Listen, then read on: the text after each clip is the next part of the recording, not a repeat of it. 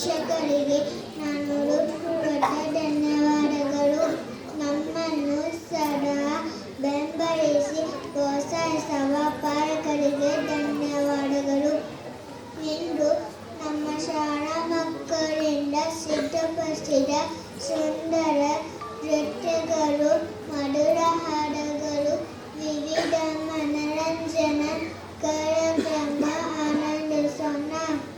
ಮತ್ತೊಮ್ಮೆ ವಾರ್ಷಿಕೋತ್ಸವ ಸಮಾರಂಭಕ್ಕೆ ಆಗಮಿಸಿರುವ ನಿಮ್ಮೆಲ್ಲರಿಗೂ ಹೃದಯಪೂರ್ವಕ ಸ್ವಾಗತ. ಈ ಸಂಜೆಯನ್ನು ಸಂತೋಷದಿಂದ